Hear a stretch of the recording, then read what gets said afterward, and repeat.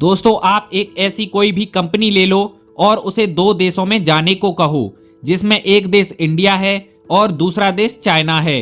फिर उस कंपनी से कहा जाए कि आप किस देश में अपनी ब्रांच खोलना पसंद करोगे, तो वो कंपनी चाइना में अपनी ब्रांच खोलना पसंद करेगी इंडिया के मुकाबले।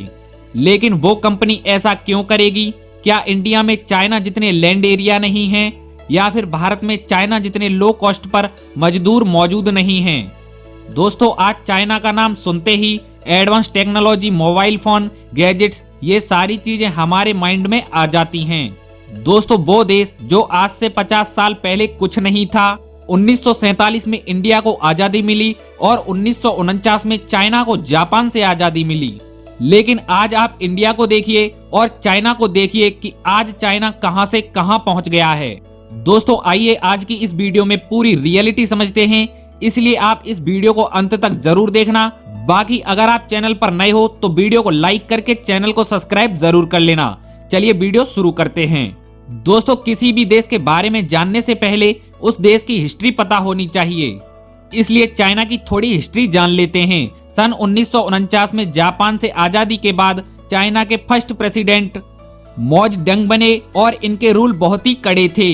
इनके समय में करीब 50 मिलियन लोगों की जानें गई थीं, क्योंकि इनके रूल ही कुछ ऐसे थे। ये सबसे पहले चाइना में 3 एक्ट लाए और फिर 5 एक्ट लाए। इन दोनों का मतलब ही था कि जो प्राइवेट सेक्टर के करोड़पति हैं उनसे बहुत ज्यादा टैक्स लेना, जिससे इनको फंड मिल सके। साथियों, इस एक्ट के कारण बहुत से लोगों ने अपने जानें दे दी थीं। उसके बाद 1958 में इन्होंने ग्रेट लीप फॉरवर्ड लॉन्च किया।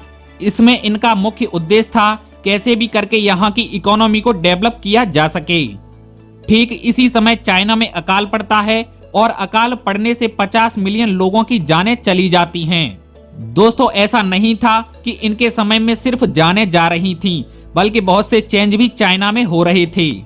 बल्कि इन्हीं को ही एक असली टर्निंग पॉइंट माना जाता था।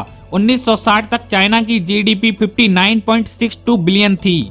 फिर ये अपनी डेथ तक उस जीडीपी को 153 बिलियन तक ले गए और इनकी डेथ हार्ट अटैक के कारण हुई थी। लेकिन चाइना का असली कमबैक यहीं से शुरू हुआ था, क्योंकि इन्होंने अपने कार्यकाल में एजुकेशन सेक्टर पर ज्यादा ध्यान दिया, साथ ही एग्रीकल्चर में भी डेवलपमेंट किया।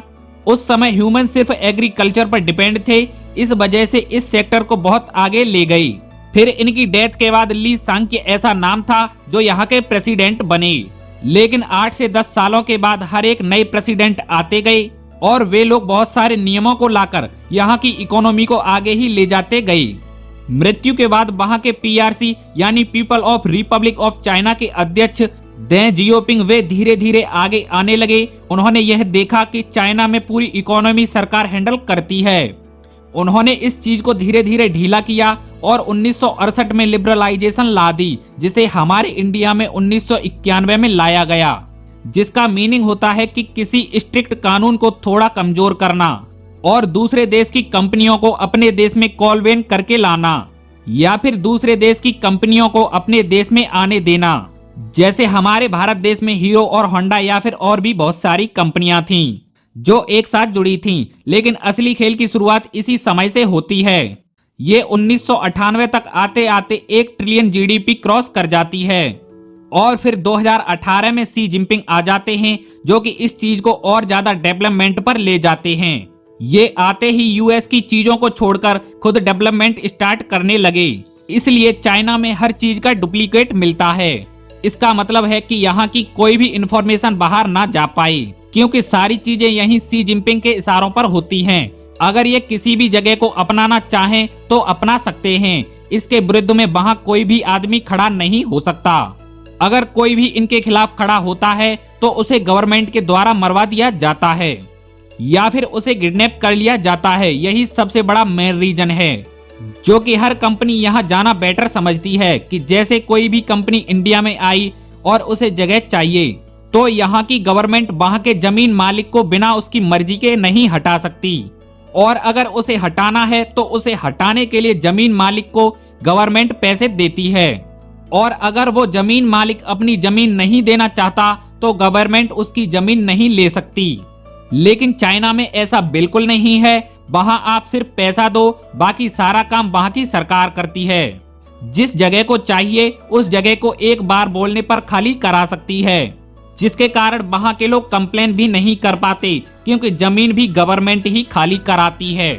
वहां की सरकार सिर्फ एक चीज देखती है, वो है सिर्फ पैसा। वहां के न्यूज चैनल भी ऐसे होते हैं जिसे सरकार ही ऑर्डर करती है। यहाँ के चैनल प्राइवेट नहीं होते, यहाँ की गवर्नमेंट ही तय करती है कि न्यूज में क्या बताना है क्या नहीं। हमारी इंडिया की तरह वहां खुलकर बात नहीं की जाती, जिससे जनता तक कोई बात पहुंच नहीं पाती। साथ ही एक और अहम बड़ी वजह आती है, वो है यहाँ के रोड, क्योंकि एक जगह से दूसरी जगह एक्सपोर्ट करने में जितनी आसानी होगी उतनी ही ज्यादा बेटर रहती है। और यहाँ के आम लोग भी बहुत मेहनती होते हैं। चाइना के लोग पूरे विश्व में सबसे मेहनती लोग होते हैं। यही सब मेन कारण है जिसके कारण ज्यादा से ज्यादा कंपनी चाइना में है और हर देश की कंपनी चाइना में जाना पसंद करती हैं। आज यहाँ टेक्नोलॉजी, फार्मिंग और एजुकेशन बहुत ज्यादा डेवलपमेंट कर चुका है। चाइना वर्ल्ड में सेकंड लार्ज इकोनॉमी है, फर्स्ट पर यूएस आता है।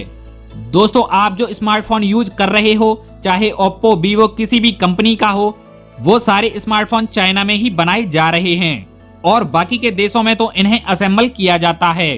और चाइना की प्रेजेंट जीडीपी की बात करें तो 60.96 ट्रिलियन डॉलर की है। दोस्तों, आपको ये वीडियो कैसी लगी कमेंट करके जरूर बताना। बाकी आपको ये वीडियो पसंद आई हो तो वीडियो को लाइक करके चैनल को सब्सक्राइब जरूर कर देना।